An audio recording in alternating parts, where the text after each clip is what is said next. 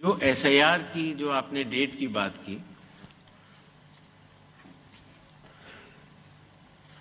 भारतीय नागरिकता कानून के अंतर्गत अगर आप 1 जुलाई 1987 से पहले भारत में अगर पैदा हुए हैं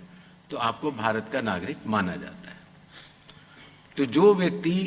87 या उसके पहले का बॉर्न है, अगर उसमें 18 साल जोड़ देते हैं तो सन आता है 2003, 4 या 5। इसीलिए जिन लोगों का नाम 2003, 2 या 4 की मतदाता सूची में है, उसकी प्रोबेटिव वैल्यू, उसकी एविडेंशियरी वैल्यू कि वो नागरिक है, उसकी कोई जांच करने की आवश्यकता नहीं होती। इसीलिए जो पिछला एसआईआर हुआ था वो वाली तारीखें ली जाती हैं। जहां तक डी डुप्लीकेशन की बात की, जब एक बार इन्यूमरेशन फॉर्म एक व्यक्ति ने साइन कर दिया और उसका नाम ड्राफ्ट सूची में आ गया, डुप्लीकेशन तभी हो सकता है जब एक व्यक्ति ने 2 बार इन्यूमरेशन फॉर्म साइन किया हो। आपके माध्यम से मैं देश के सभी मतदाताओं को यह बतलाना भी चाहता हूं कि हो सकता है कि आपका किसी पुराने जगह वोट अगर बना रह गया हो तो आपके पास घूमते फिरते वो इन्यूमरेशन फॉर्म भी आएगा, लेकिन आपको सिर्फ और सिर्फ एक इन्यूमरेशन फॉर्म पर ही दस्तखत करके जमा कराना है। इस स्थिति में कोई डी डुप्लीकेशन सॉफ्टवेयर चलाने की आवश्यकता नहीं होती, और चूंकि हर व्यक्ति सिर्फ एक इन्यूमरेशन फॉर्म दे रहा है तो उस समस्या का निदान हो जाता है। वैसे भी कानूनी तौर से अगर एक से ज्यादा जगह अगर किसी भी व्यक्ति का मतदाता सूची में नाम है तो वो कानूनी अपराध माना जाता है। इसीलिए चूंकि पहले के विगत वर्षों में चूंकि माइग्रेशन इतना ज्यादा हुआ तो शायद इतना ध्यान नहीं दिया हो लोगों ने, लेकिन अब एसआईआर के बाद मेरा निवेदन रहेगा सभी मतदाताओं से कि वो ऐसा करेंगे, और बिहार में सभी ने इसका स्वागत भी किया और बड़े अच्छे तरीके से हुआ।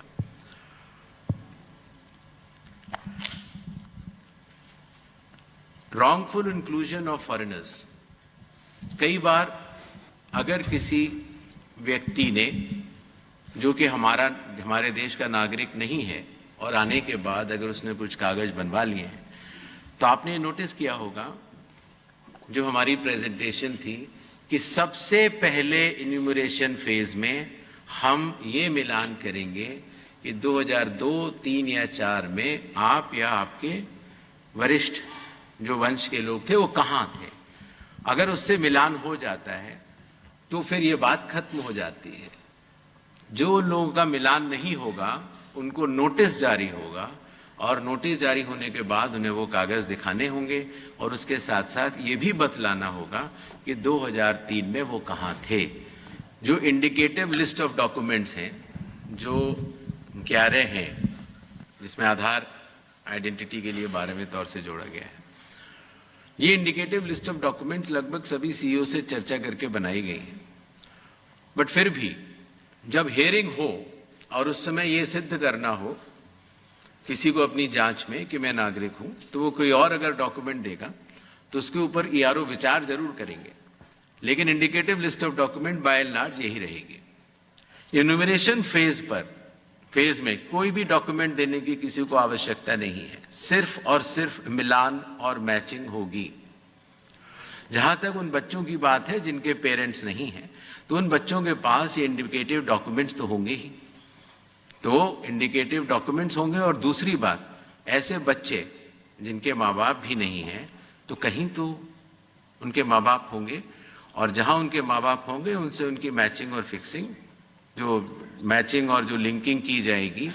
जो मतदाता सूची से, वो बीएलओ भी कर लेगा, और उसमें काफी कुछ काम पहले भी हो चुका है। डी डुप्लीकेशन की जहां तक बात थी, शायद इस विषय को और गहराई से समझने की जरूरत है।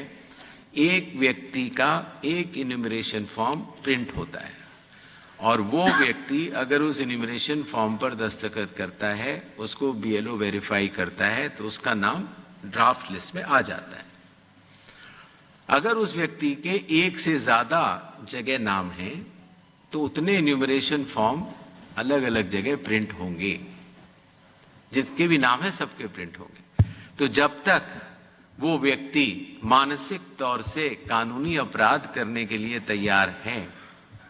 तभी 2 इन्यूमरेशन फॉर्म पर वो दस्तखत करेगा, अन्यथा एक पर ही करेगा। बाकी ये टेक्निकल और श्रोडिंगर इक्वेशन और मैथमेटिकल डिडुप्लीकेशन जो चीजें होती हैं वो तब की जाती हैं जब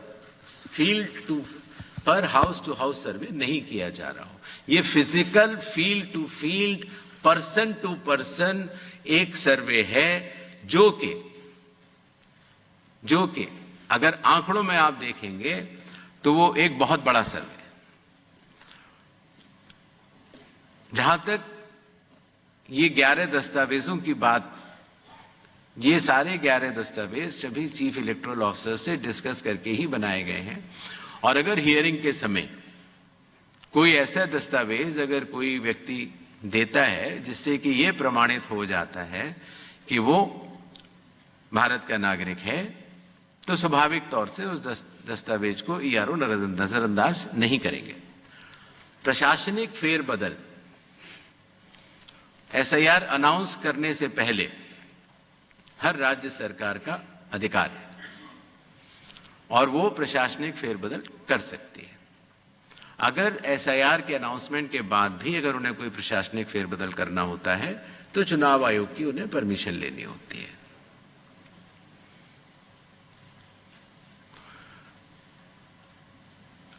जब हमने बिहार का एसआईआर कराया था, जब चुनाव आयोग ने उस पर 24 जून को अपने आदेश जारी किए और उसके बाद इन्यूमरेशन फेज रही और क्लेम्स एंड ऑब्जेक्शंस की फेज रही, तो उसके क्रियान्वयन में ये पाया गया कि शुरुआती दौर में दस्तावेज लेने की आवश्यकता नहीं है, क्योंकि अधिकांश जो मतदाता होते हैं वो कहीं ना कहीं लिंक्ड होते हैं या वहीं के रहने वाले होते हैं, तो उनको दस्तावेज देने की आवश्यकता ही नहीं है। सच बात तो ये है, बिहार का अगर एग्जाम्पल देखते हैं, बहुत ही कम लोगों को और दस्तावेज देने की जरूरत पड़ी और इसीलिए उस सीख को ध्यान में रखते हुए जब इन 12 राज्यों में जब हम लोग एसआईआर करा रहे हैं तो इस बात का निर्णय लिया गया कि कागज तभी मांगे जाएं जो इंडिकेटिव डॉक्यूमेंट्स हैं जब उसका व्यक्ति का 2003-2004 से मिलान नहीं हो पा रहा है।